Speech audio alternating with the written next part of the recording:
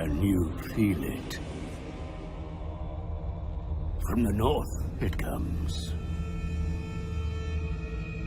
The tendrils of chaos spread south, tainting the lands.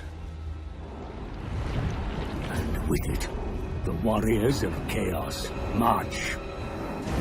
We must ready ourselves, for war is coming. But who has brought the warring tribes together? What manner of champion holds that power?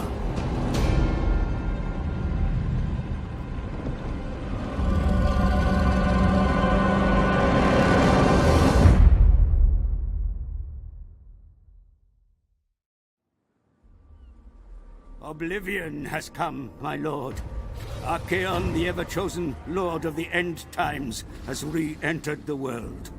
With him marches a chaos host numberless in size. Prepare yourself for the coming apocalypse. For weeks, the war raged on between the orcs and the dwarves, with no one gaining any ground. At last, time had come, and the armies of chaos had arrived. They landed on the shores near Granti Mengol, controlled by Zufbar. After taking it, they relentlessly moved on to the newly conquered Ekrond, then the Dragonhorn Mines, and Stone Mine Tower. Lord Thorgrim looked over the map of his territories. The situation looked grim. He sent a new commander, Scalf Finson, to try to halt the tide that was washing ashore. The dwarves formed into strong formations and marched forward to meet their enemy. Mounted Chaos Warriors tried to ride around to flank them, and Finson turned some forces to meet them. Some of their scouts got trapped by the chaos and chewed up by them. Despite the horrible sight, the dwarves held their ground and only fired into the melee. All along the line, the dwarves built an impenetrable fortress of fierce warriors. Soon, reinforcements arrived, and dwarves surrounded the invaders, giving them a decisive victory. In the north, the armies of the undead were stirring, threatening to move up the mountain and attack the dwarves, so armies under Bera's Keeper and Ungrim Ironfist had to move to contain them. Unwilling to be contained, Manfred von Karstein led his forces into the mountains to challenge them. The dwarves set up a line to hold the forces of evil at bay, refusing to move even as fireballs were thrown at them. These units drew in the undead armies. Then Bera's Keeper led a flanking force around their side, attacking the interior lines of the undead and trapping them. It was a victory for the dwarves, and they flung the undead back down the mountain into the swamps where they belonged. They followed up their victory into the lowlands, attacking the undead and allying with the human empire. Once more, we will ally with the Manlings, just as Grimnir did 10 centuries ago. It has been many years since the Umgi have produced an emperor as worthy as Magnus or their founding warrior king. But I hear good things about this Franz. Now is the time to test his mettle. We will stand with him against the Groby at Blackfire Pass, as King Kurgan did long ago. If the men of the Empire fight with bravery and honor, then the runes of my crown will glow with pride ever after. A gesture of my will, just as this Emperor awaits to take up his Warhammer. A gift from the Dwarfs, no less. So, gird your loins, my kin. May your eyes be sharp and thirsty for Urk blood, for they come. We will repulse these vile creatures with our dying breath and renew the oldest and greatest alliance this world has ever seen. They placed their armies in sight of the enemy and secretly set up some miners in the woods close to their lines. The forces of the dead charged down the hill at them, and the dwarves held their ground, shooting them down with cannons. When their lines connected, the dwarves had at them, and the helicopters flew past at their interior lines. Their hidden units also came out of the woods and rushed at the rear guard.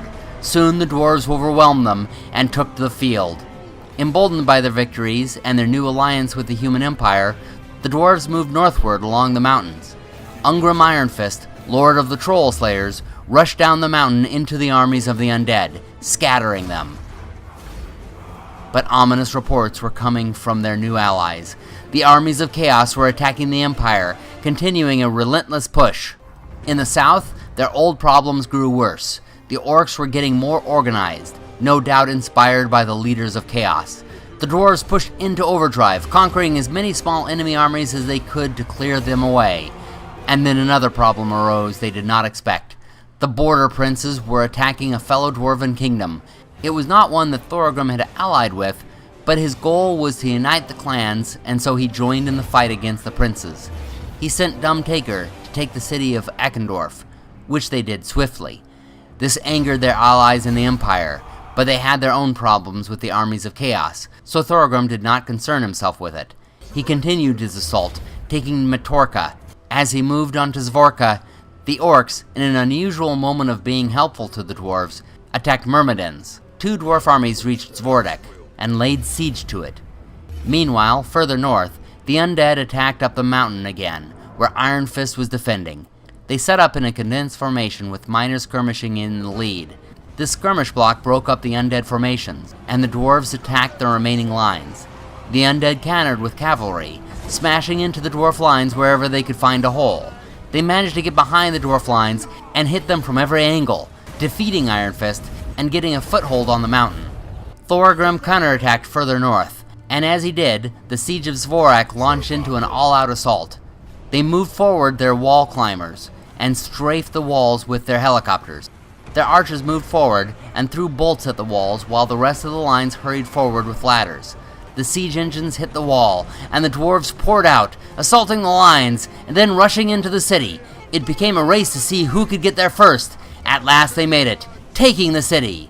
The victory was sweet, but the border prince's own siege of Karakim was stubbornly continuing, and could lead to the fall of the city despite everything else. The dwarves continued their attack on the border princes by attacking Myrmidon. Their thinking was that if they took all the border princes' cities, they would have to break their siege on the dwarven city, so they also took Luxini. Meanwhile, the undead continued to try to push up the mountain, and Thorgrim continued his advance into their territories. He set up his main force behind some woods, and some miners in woods to the flank of the enemy. The undead caught the scent of the hidden miners and swarmed them, then moved on the main line. Thorgrim pounced on them in the woods with everything he had, and he overwhelmed them, winning the battle. The undead countered by assaulting a city at the foot of the mountains, and winning. Chaos warriors followed behind them, scattering the dwarves and the undead alike. An undead army under Heinrich Himmler moved on Iron Fist's army in the lowlands. Iron Fist moved at the enemy, but they moved at different speeds, hitting the enemy at different times, and they were defeated piecemeal. Recognizing the undead as the bigger threat, Thorgrim brought Dragonslayer north with a small, rebuilt army he had gathered of troops who had survived with him. As the undead were beginning to move up the mountain, Dragonslayer moved up with Birnoth the Bloody, and they took Schwarzwaffen. Then they laid siege to Castle Drakenhof. Further north, the dwarves had settled along the entire spine of the mountain, led by General Joigman, who then invaded and took Fort Jakova. With these threats, King Thorgrim sent a peace treaty to Manfred von Karstein, Lord of the Undead. Karstein, who was still fighting the armies of Chaos, agreed, and both sides pulled back their forces.